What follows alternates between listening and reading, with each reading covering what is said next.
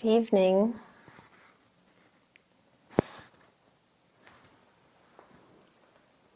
Hope you had a good meditation.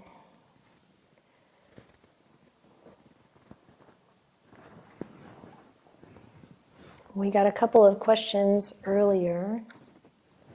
We'll start with those.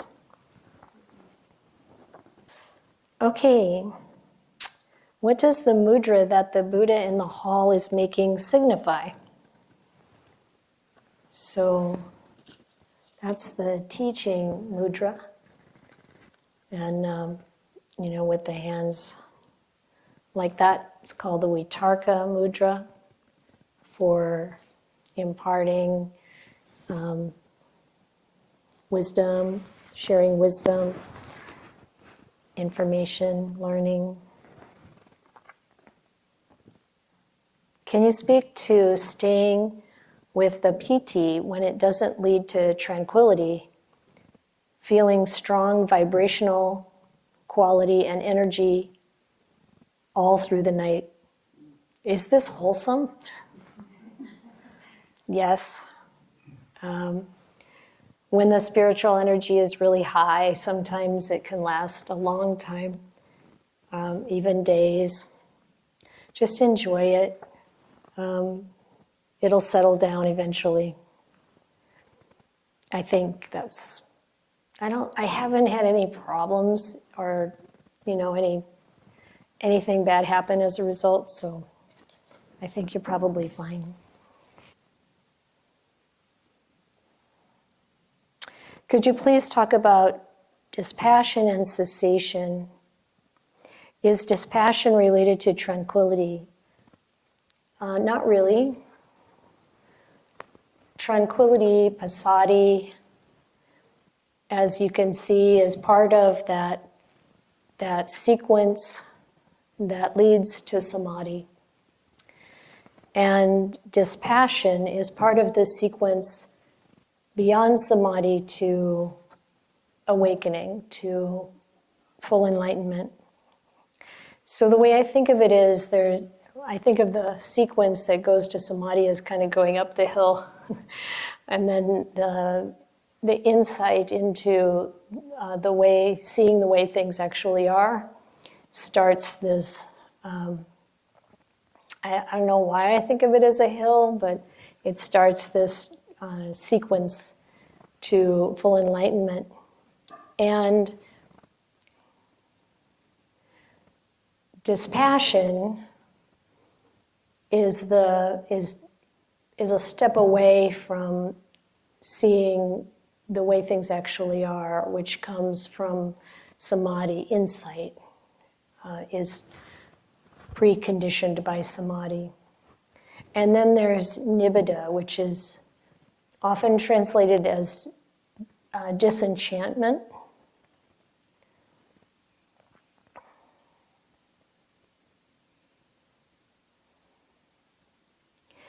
And viraga is often translated as fading away, but it can also be dispassion. Is that how you remember it too? Yeah, I think so. And right. Raga is passion. So viraga is dispassion. And it has that meaning of dispassion, or even can be a disgust. It can go that far, that word. And the reason I think a lot of times they choose fading away, which is also one of the definitions of viraga, is just to kind of try to capture that experience of once you really see, for instance, that all sankharas are impermanent, and you're recognizing the inevitable deterioration of things, then you lose that enchantment with it. You're not as taken by it, and that's the nibbida. And then you gradually, the interest in it and the excitement of it and I was going to say even being bothered by it, comes with this dispassion. And then cessation is really the end of the clinging to it, the being caught on it, and the end of dukkha with it. It ceases. You cease having this any more longing interest, either direction, pulling towards us or pushing away. And then that ripens in release. So complete freedom.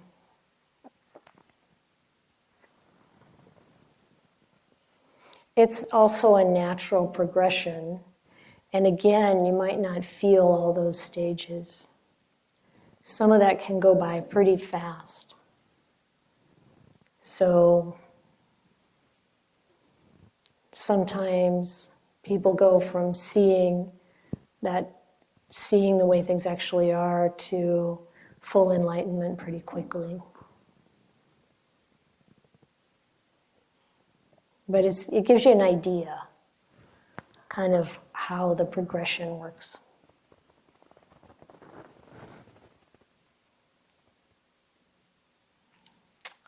So this says, all of my questions are answered for now.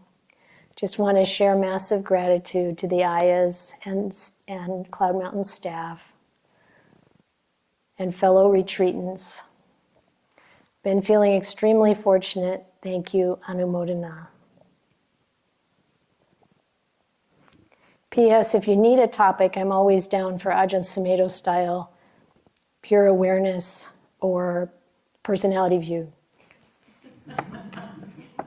Okay, we'll put that over there in case we need something.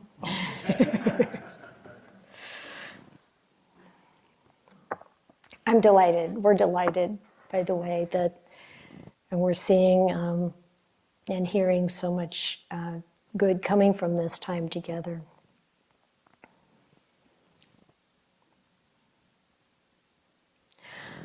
Could you share the difference between sharing merits versus doing the metta practice? Yeah, I think it's a bit of a different intention. All good. Sharing merit is, recognizing that we're doing good things, generating good vibes in the world, generating positivity, a kind of abundance of goodness, and then consciously sharing that with others. And we may think of certain people in particular. I've been sharing merit a lot with Cynthia these past few weeks in particular, and with the intention that brings some peace and comfort and support as she continues on. And so it's often specific, sharing with specific people that you have in mind, but it can also be more general. So sharing metta, or doing having a metta practice and developing the loving kindness in ourselves and then letting that spread. I don't usually think of it so much as radiating, although sometimes I might say that. It feels like letting that swell up in the heart and then just invite that to spill out and go in all directions. Can you speak about practicing with delusion? So delusion is tricky, of course, just by its very nature. It is hard to see, or it can be. Some of the places where it's most obvious are when we have a strong opinion about something and we can't see the opposite point of view. I usually talk about when a person falls in love, they might be in a state where they only see the goodness in this other person. And you know then you have delusion. Or maybe we're really upset with someone. I know I've seen it in workplaces, for example. Maybe there's a person that you really dislike or has caused you what it feels like they've caused you a lot of trouble, and you can only see the bad qualities in this person and you can't see anything good in them. You can't think of one good thing about them. And then you know, of course, that you're working with delusion, because there's good and bad about everything in this samsaric realm. And so there are those more obvious places, but delusion, until we completely have right view, there's delusion woven into almost everything. So even we can be deluded about our own abilities. Either we can underestimate or overestimate, deluded about situations. And so the way to work with it is to really try to have the humility to listen, try to see what we're doing and where we might develop our understanding by observing ourselves and listening to other people that we trust, teachers and good friends. And through that, eventually, as we practice and gain wisdom, the delusion will decrease.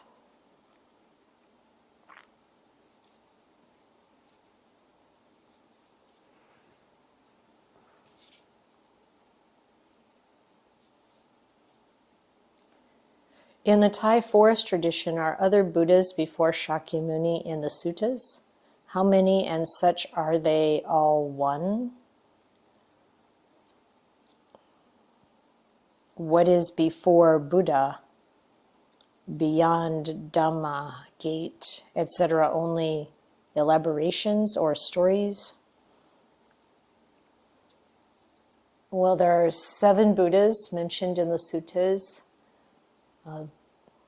Gautama Buddha, the quote, our Buddha, and 6 previous to him. And a Buddha is like a role. And different people assume that role by discovering the Dhamma and developing that in themselves. There are other roles in Buddhism, like Mara, also is assumed by different living beings, humans. Well, I guess Mara, actually, they're devas. So yeah, what's before the Buddha? It's samsara rolls on without a discoverable beginning. So every era where the Dhamma is lost, then a Buddha arises at some point. In our chanting book, we chant the protection of the 28 Buddhas. And I have to admit that I don't really know where that all comes from. Stories, I'm sure, commentarial maybe.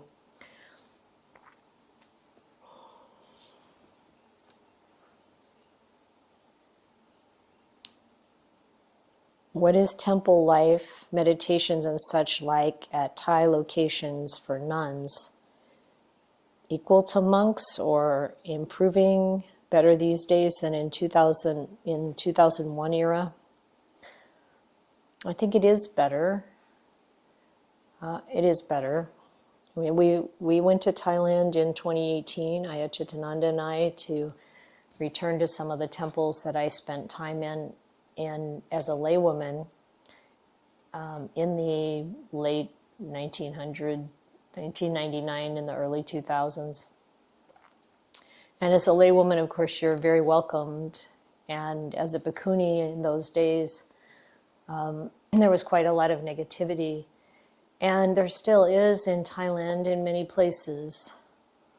But there are also monasteries that are very welcoming to bhikkhunis now and respectful. The best is at Ajahn Gunha's from what I've experienced, but other places where we go regularly, like Ajahn Anand's and Ajahn Suchart's monasteries, are really wonderful. And a lot of times the Kruba Ajahns are very welcoming and supportive. That is, if you have a serious practice, regardless of robes, when people come to a monastery, the sincerity of their practice really does make a difference. And it's really important to come without a political agenda, because sometimes that can really get in the way of things, to want to assert one's position as a bhikkhuni, for example, wouldn't be helpful in being respected. But to really come for the Dhamma is very respected and welcomed, and great teachers always want to be able to support those who are really interested in developing themselves. So I see that in Thailand.